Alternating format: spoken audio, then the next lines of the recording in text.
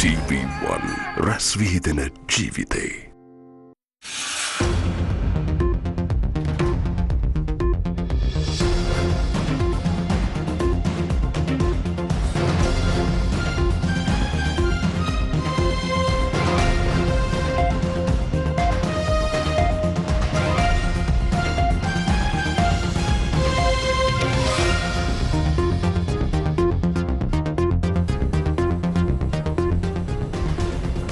Good evening and welcome. You're watching Primetime News on TV1. This is News First, where the people come first.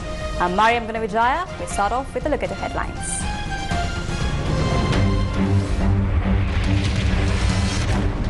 People take to the street demanding fuel and gas.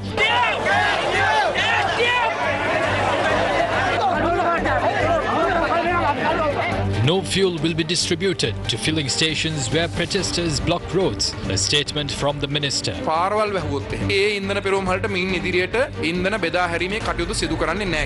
Plans to maintain an uninterrupted supply of power from next week. Tear gas fired to disperse protesting HND students.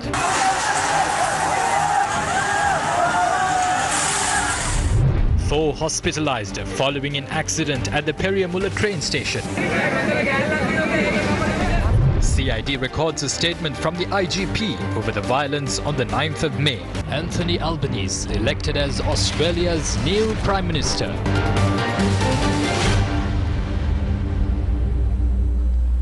The shortage of fuel and gas are 2 of the most pressing issues faced by the people in the country right now. The people are on high alert on the steps taken by the government to solve this shortage. What is the situation like today? Charlene Benedict is ready to bring you the details from the newsroom. Charlene, what is the latest on the matter? Well, Mariam, thank you very much. But your guess is as good as mine. And the people in this country really know the ground situation here. People have been standing in queues for hours, for days, some people even for weeks. There is not a single person who I know who hasn't been standing in a queue in Sri Lanka. That is the ground reality in Sri Lanka, and that is the truth that the people in Sri Lanka know well, as they have experienced it. Now, the authorities are taking steps to remedy this situation, to remedy this massive shortage of fuel that the people are suffering through the past few weeks. The authorities have taken certain steps, but the adversities continue. People still have to stand in queues for long hours and even days to just get fuel for a few thousand rupees. And this is how the people in Sri Lanka faced these adversities today.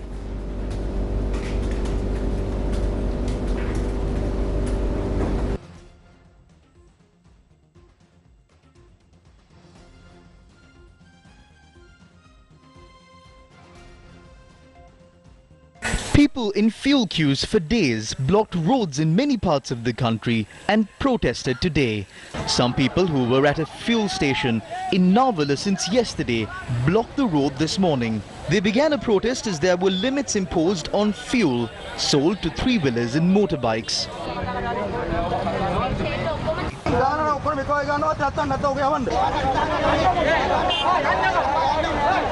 Protesters blocked the Colombo baseline road at Orgodavatta Junction, demanding fuel.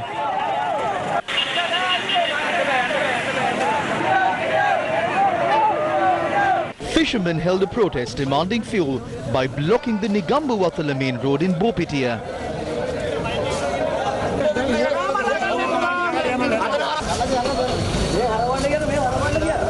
Residents of Ahaliyagoda held a protest by blocking the Colombo Ratnapura main road.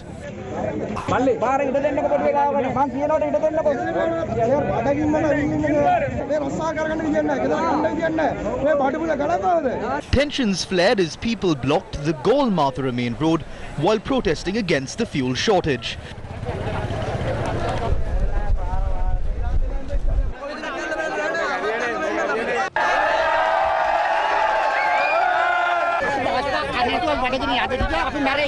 I want to stay in Sri Lanka, but this petrol problem also, for me, it's also the problem. People staged a protest by blocking the Golmathura main road near the Vaskadua filling station. They complained that they had not received fuel for about a week.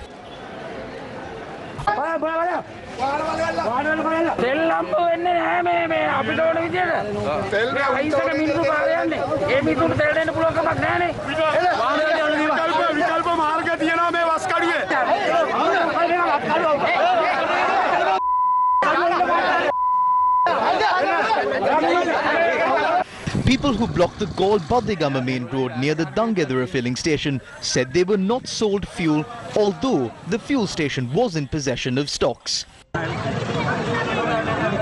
A heated situation broke out during a protest near the Hikadua filling station. Protesters had blocked the Gol-Colombo main road.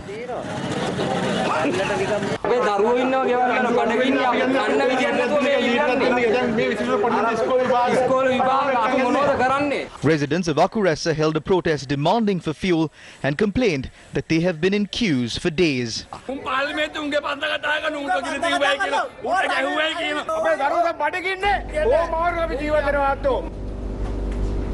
Now, against a backdrop where protests at fuel stations and protests demanding for other various essential goods have become a common sight in Sri Lanka, the government has taken a decision on how to respond to protests that are being staged opposite fuel stations, especially blocking roads. Now, this announcement was made by the minister in charge today. Here is what he had to say. විශේෂයෙන්ම ඊයේ දවස වෙනිට අප්‍රසන්න සිදුවීම් ගණනාවක් සිදු වුණා. Many unpleasant incidents took place yesterday.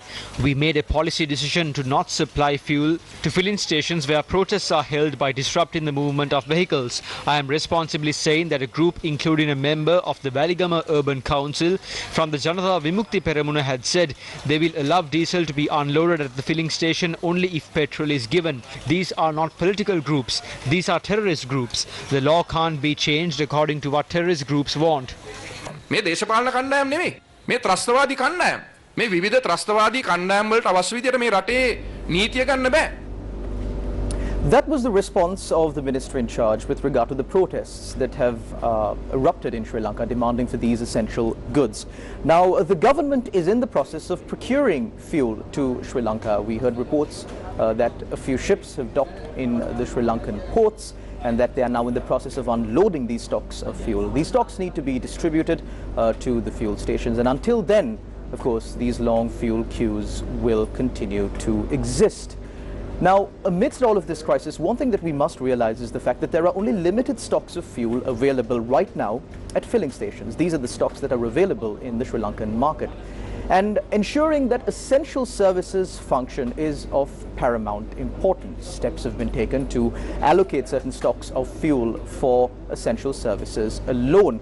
However, various incidents were reported across the island today when fuel was specifically being distributed to people providing essential services. Now, the government has also announced certain long-term plans on how to solve this fuel crisis in Sri Lanka. Let's take a little bit of a look about these special incidents that were reported in the country with regard to this fuel crisis today, and also the long-term plan on how the government plans on dealing with this situation. There were long queues for fuel in many areas across Sri Lanka today. Our cameras captured the situation at a filling station in Haliala in Badulla. People were seen in long lines at a filling station at the Kurunagala town.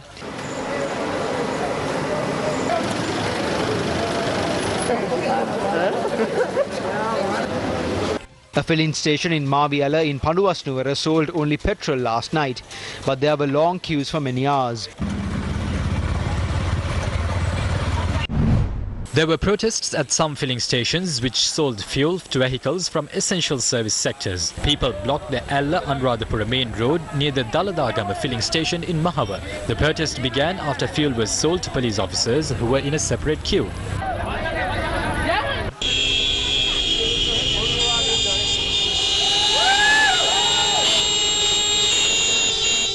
Fuel stations in Ampara were closed today. Only a cooperative filling station sold fuel, that too for essential services. But there were massive queues in the area.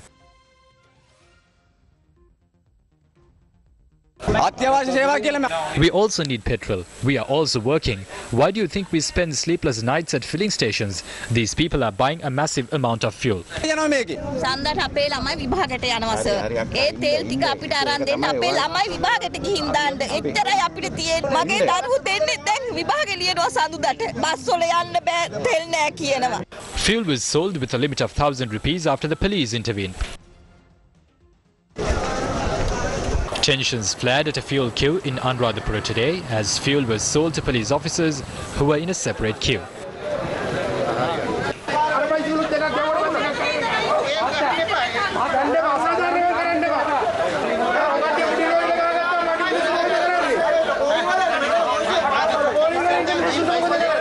Filling stations in Kantalil received petrol this morning, but it was only sold to vehicles from essential service sectors.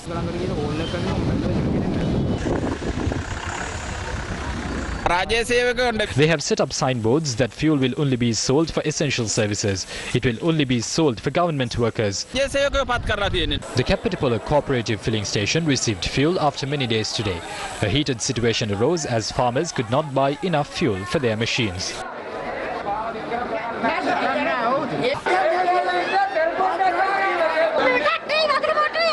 Can we bring our tractor today? They're all lying. Only selected people get fuel. We're not entitled because we are just poor, innocent farmers. Fuel is sold to cars with a limit of about 500 rupees. We can't even buy that. What can we do? When will Sri Lanka witness a solution to its fuel crisis? We are receiving fuel stocks required for the next 2 weeks. If we import a 40,000 metric ton fuel cargo, we can usually manage with it for about 10 days. But the demand has gone up, so we can use it only for about 6 days. We paid for a petrol and diesel cargo on Friday night. We are unloading those 2 cargoes. We are unable to unload the 3rd cargo. The 3rd one should be unloaded after we unload the other 2. There is no need to worry about fuel stocks.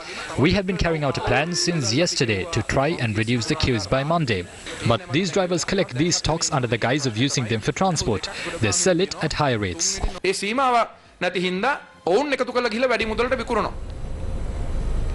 Now there are questions on how students and staff can travel for the GCE ordinary level exams amidst a fuel crisis.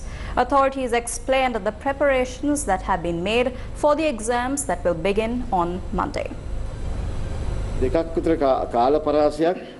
It's important that you leave home at least 2 hours before the exam begins. We should face these challenges. Overcoming these challenges successfully is the strength of our future generation. The Sri Lanka Transport Board will implement a plan with all bus depots to transport children to exam centres 45 minutes before the exam begins. Fuel will also be available for essential services.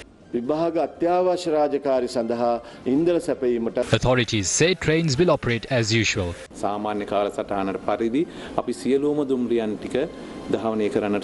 We have taken steps to operate trains according to the usual schedule. We request parents to take the train a bit early. We also request people to give priority to the students sitting for the exams. Will power cuts occur during the exam? What is the government's plan to avoid power cuts? The Norachole power plant will be connected to the national grid tomorrow. We will then decide on providing an uninterrupted supply of electricity. Many children have requested to avoid imposing power cuts during the O-level exams. That is reasonable. So I requested the CEB chairman to inform me about how much fuel is required to generate electricity without even imposing a power cut for a minute. He has informed me the requirement. When we unload the furnace oil cargo on Monday, and since we have enough stocks of diesel, I am trying to provide a continuous supply of electricity at least from the beginning of next week. We had plans to provide a continuous electricity supply from the 1st of June, so we would be doing it 10 days earlier.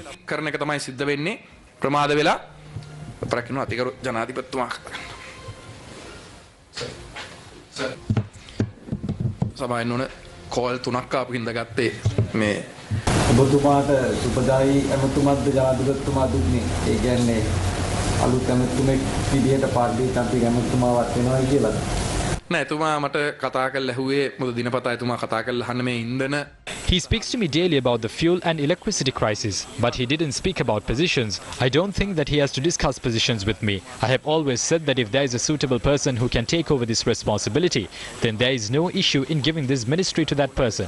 Parliamentarian Champika Ranawaka was once the minister of this subject. I feel it would be good if he accepts this position. මම වඩාත් හිතනවා විපක්ෂ නියෝජනය කරන චම්පික රණවක ඇමතුමා මම හිතනවා විදුලි බල මණ්ඩලයේ බාරව කටයුතු කරපු ඇමතිවරේ ඇවිල්ලා මේ වගකීමත් බාර ගන්නව හොඳයි කියලා.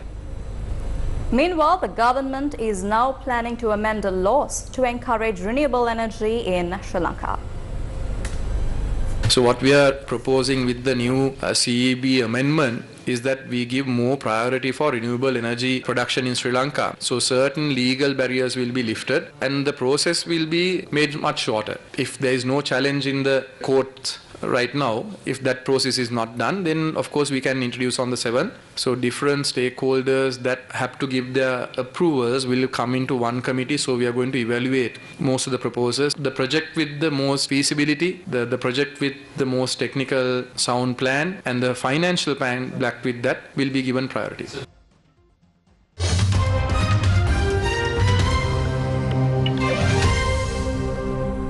We'll have more local stories coming your way, but before that, we have a story coming out of Australia. Australia's Labour Party leader Anthony Albanese was elected as the country's new Prime Minister today. His party was considered a favourite to win its first election since 2007. Please welcome to the stage the man set to be the 31st Prime Minister of Australia.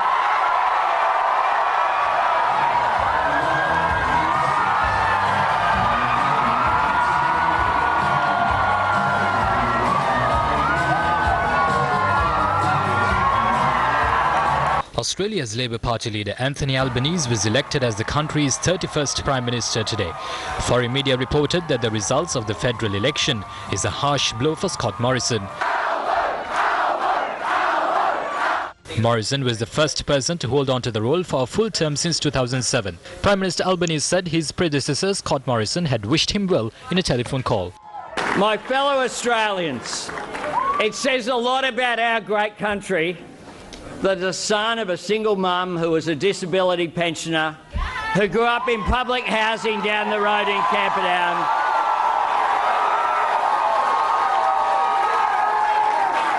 can stand before you tonight as Australia's Prime Minister.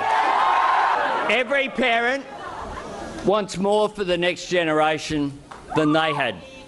My mother dreamt of a better life for me, and I hope that my journey in life inspires Australians to reach for the stars. I want Australia to continue to be a country that no matter where you live, who you worship, who you love, or what your last name is, that places no restrictions on your journey in life. We've got more stories coming your way in the bulletin, but first let's cross over to a short commercial break. Stay tuned to News First. We will be right back.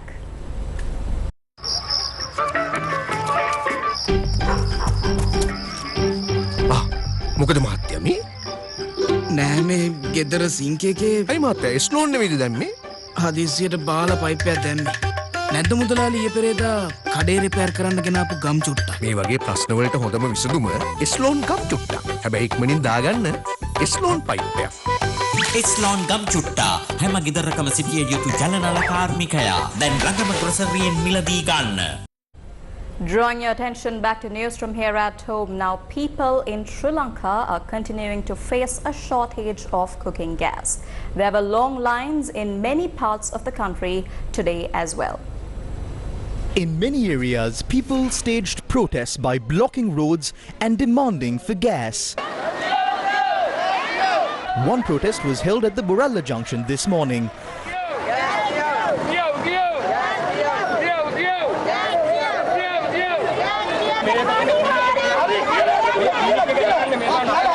The protesters dispersed after police assured them that gas will be sold today.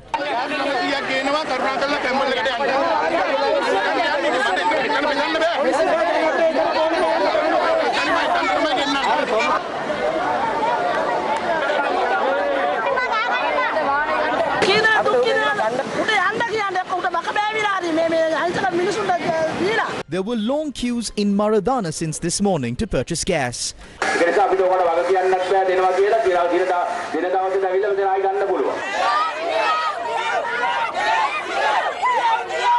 People were standing in long queues for gas at a store near the Hikkaduwa police station since last night. They blocked the Galle Colombo main road from Hikkaduwa this morning as they couldn't purchase gas.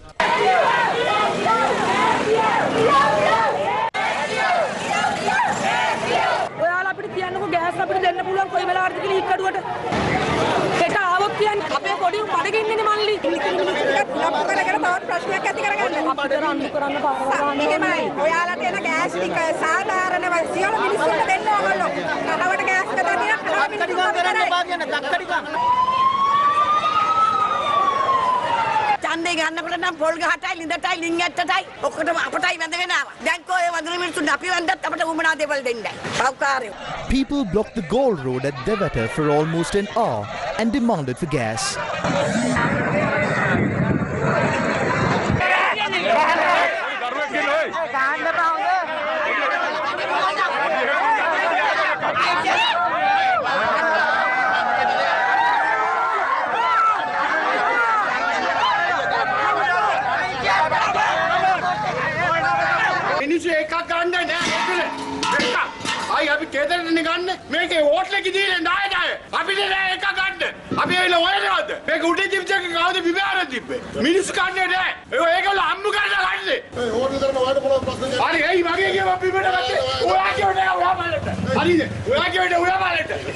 Tensions rose at a queue in Hatton as people continued to remain in line to purchase gas.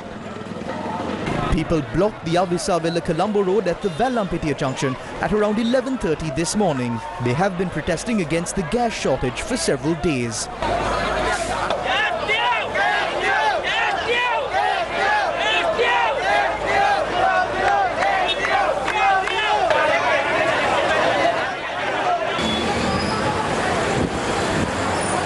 More than 3,000 people were in a queue in Mathura. However, only 1,068 gas cylinders were sold in the area today.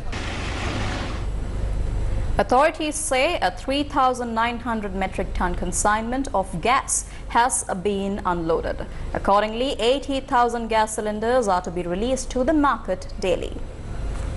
Out of the 80,000 gas cylinders, 50,000 will be distributed in Colombo and Gampaha. During the COPE committee meeting, a proposal was made to distribute 60% of the stocks to Colombo and Gampaha. Using an app, we will inform gas dealerships and the people of the availability of stocks from Monday. We are preparing a plan for that.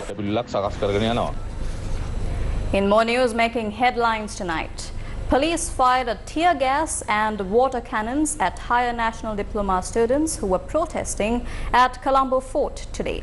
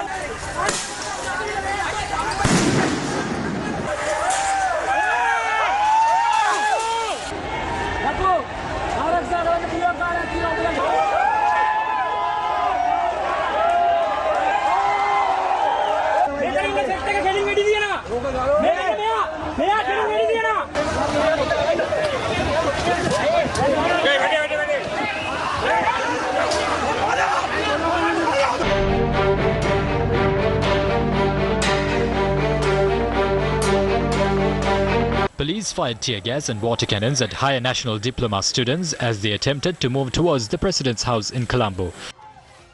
The protesters marched from Town Hall and reached Colombo Fort by passing through Technical Junction and Peta.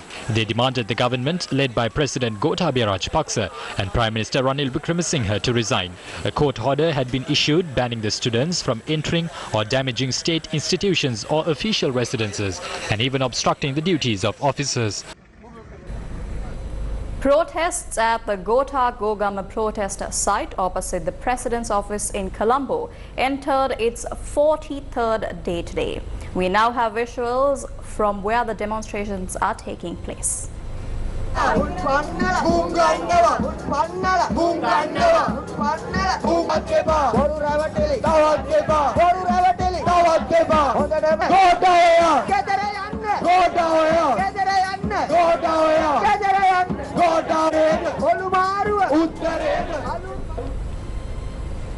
Let's now take a look at what happened at the protest site earlier today.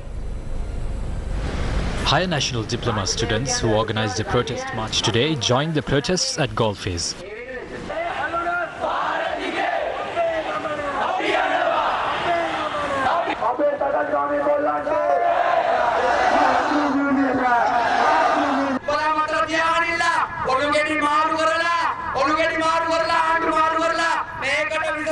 Remember that it is only a dream if they try to make changes by shuffling a few positions around. They had appointed a few ministers to uplift the country. They have destroyed the country. There are fathers who can't even drop their children for the O-level exam because there is no petrol.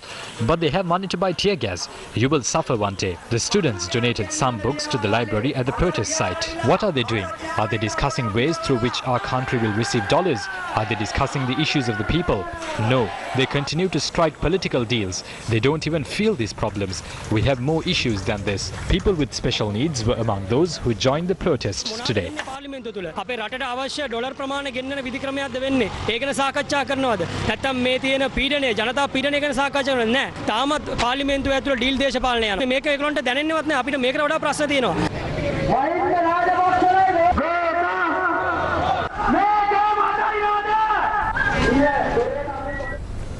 The Criminal Investigations Department recorded a statement from the Inspector General of Police, C.D. Vikramaratne, today.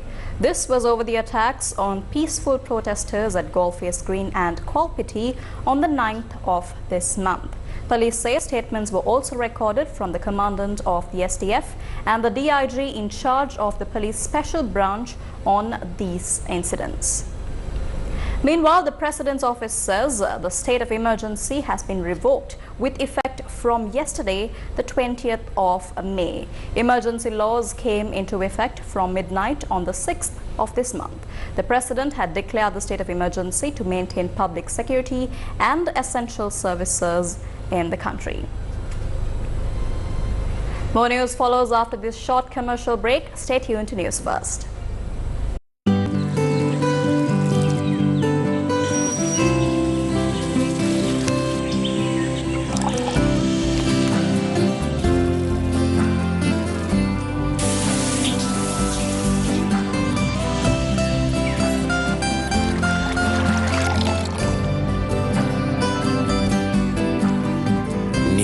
පුරා ගලන මේ සතුට සුරක්ෂිත කරන්නේ S-lon insight. S-lon ජීවයයි ජලයේ ජීවිතේ. Welcome back to the news. You're watching Primetime News on News First. Moving on. 4 people were injured as a vehicle collided with a train today. This was near the Periamulla railway station on the Puttalam road.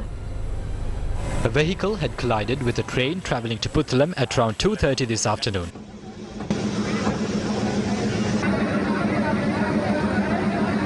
The collision had occurred when the vehicle had tried to cross the tracks while the railway gates were closed.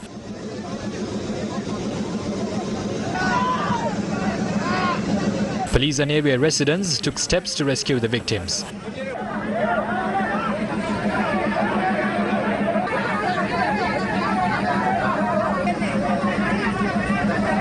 4 people who were injured in the collision have been hospitalized.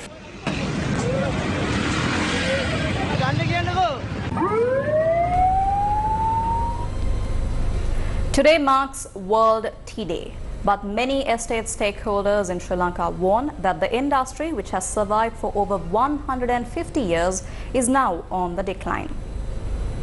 65-year-old Viraya Pakyam works hard at a tea estate in Agarapatana, 160 kilometers east of Colombo. A 10 by 8 foot line room is what Viraya's family of 11 calls home. Sri Lanka's estate workers are facing many challenges. Many are deprived of basic needs like food, clothing and housing. Life is becoming difficult, they say. වැඩ කරන දල්ලු කඩන කට්ටියගේ පඩිය සාමාන්‍යයෙන් ඔයාලා දන්නවා ඇත්තේ 1150 හම්බෙන්නේ දවස් පඩිය. මිනිසුන්ගේ ජීවත් වෙන්න ලංකාවේ තියෙන සිටුේෂන් එකත් එක්ක ජීවත් වෙන්න එන අමාරු. මම දන්න තරම ඉන්න මිනිසුන් ඔයමම ගොඩක් අය රට යන්න බලාපොරොත්තුෙන් ඉන්නේ. ඉදිරියට මේ ලංකාවේ තියෙන තේ මේ ඉන්ඩස්ට්‍රි කරන්න පුළුවන් වෙයිද කියලා මට වන්න හිතන්න බෑ. Tea exports are a main income earner for Sri Lanka's economy, bringing in more than $1.5 billion on average every year. But Planters Association say the estate sector is struggling. The crop production for the first 3 months of the year recorded a drop of 6 million kilograms, being the lowest crop production for the last 23 years, owing to the government's decision to ban chemical fertilizer imports since last May. While we have gone through many changes, many vicissitudes and challenges and have been resilient and strong up to now, we are facing some challenges right now as a result of some external situations. Mainly it's the unavailability of fertilizer, weedicide, fungicide, and then of course the constant power failure and the lack of fuel for internal and external transport of produce. Today, the Colombo tea auction is stretching a record price for Ceylon tea, making Ceylon tea a difficult commodity to sell, given the current economic crisis faced by the country during the last few months. The industry, which has survived for the past 150 years, projects a bleak future ahead. Individuals like Viraya Pakyam, who have undergone the bitter taste of living in estate line houses over the years, are now left looking into thin air and expecting a miracle within the next few months. International Tea Day is celebrated annually to raise awareness on the significance of the crop around the world. But even on a day like this, in Sri Lanka, the life of estate workers such as Viraya Pakyam remains uncertain. Meanwhile, farmers are warning that Sri Lanka can face a rice shortage. They say fuel and fertilizer shortages have affected them badly this time. Farmers harvest about 3 million metric tons of paddy at the end of the Maha cultivation season, which runs from September to March the following year. But this dropped to less than 1.5 million metric tons during the last Maha season that ended in March. During the Yala season, which runs from May to August, farmers reap about 1.5 or 2 million metric tons of paddy. But this time, many farmers have given up on their cultivation due to the crisis surrounding fuel and fertilizer. Sri Lanka produces around 5 million metric tons of paddy annually. This number has dropped significantly due to the issues faced by farmers. It's been a month since water was released for cultivations, but farmers have not returned to their paddy fields. This season is a failure, just like the last season. It is important to provide diesel and support farmers who produce food for the people. If you can't do that, please leave. Farmers in some parts of Anuradhapura have begun farming, but they haven't received fertilizer yet. Give us fertilizer at the right time at a subsidized rate. We can't reap any benefit after buying fertilizer for about 30,000 or 40,000 rupees. An agriculture minister has not been appointed yet. We believe that a subject minister has not been appointed yet because they don't have solutions to our issues.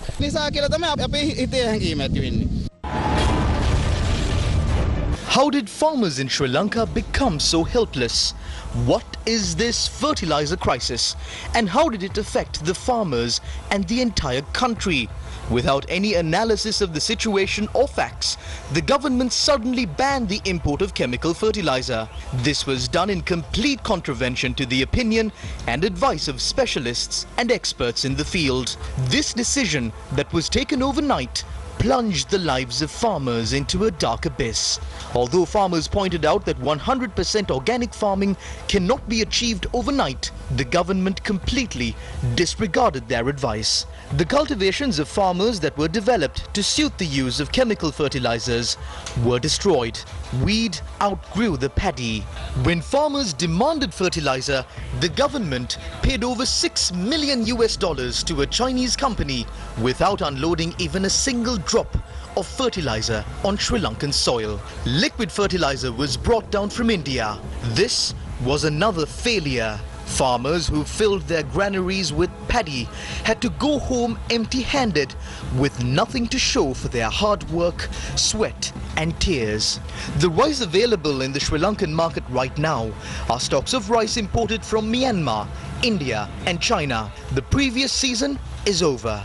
What should be done to prevent the same fate from befalling farmers and the country this season?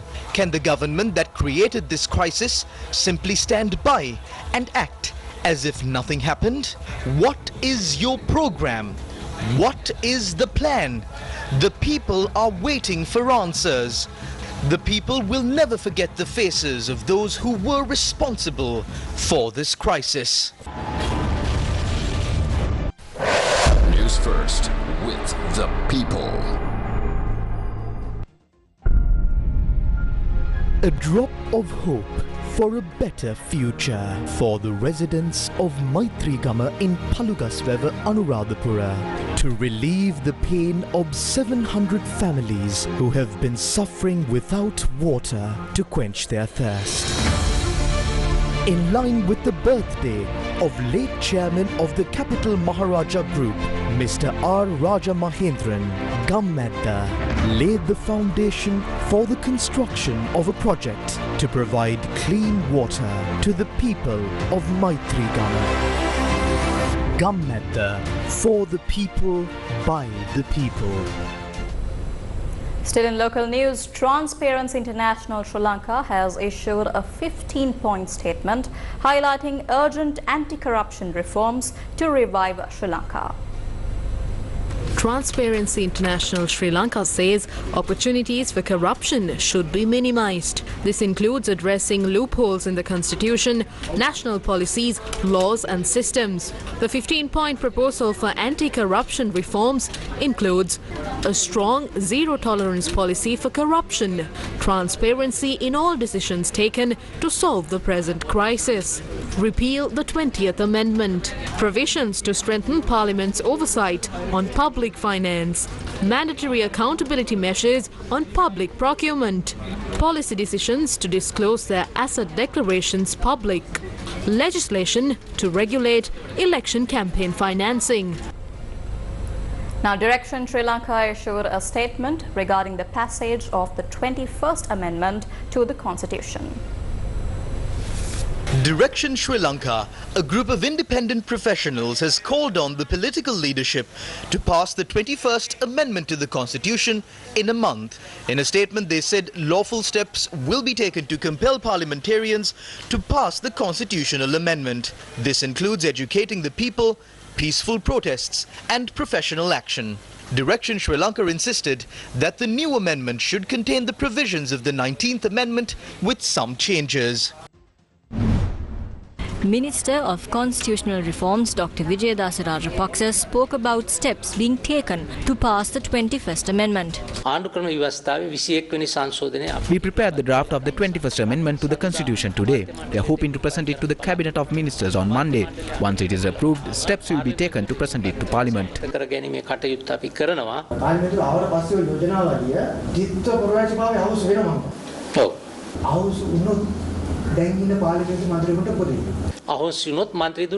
That means they will lose their parliamentary seats. Just like the court removed Geeta Kumarasinghe from her parliamentary seat, when the amendments are passed with a court order, they will lose their parliamentary seat. That is one of the objectives of this amendment. The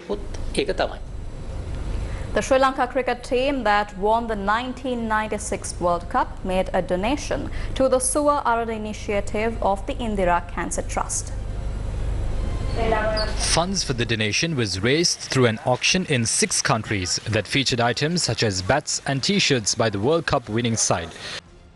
The funds were donated to the Suwa Arana initiative, which is the first pediatric palliative care centre for children and their families in Sri Lanka.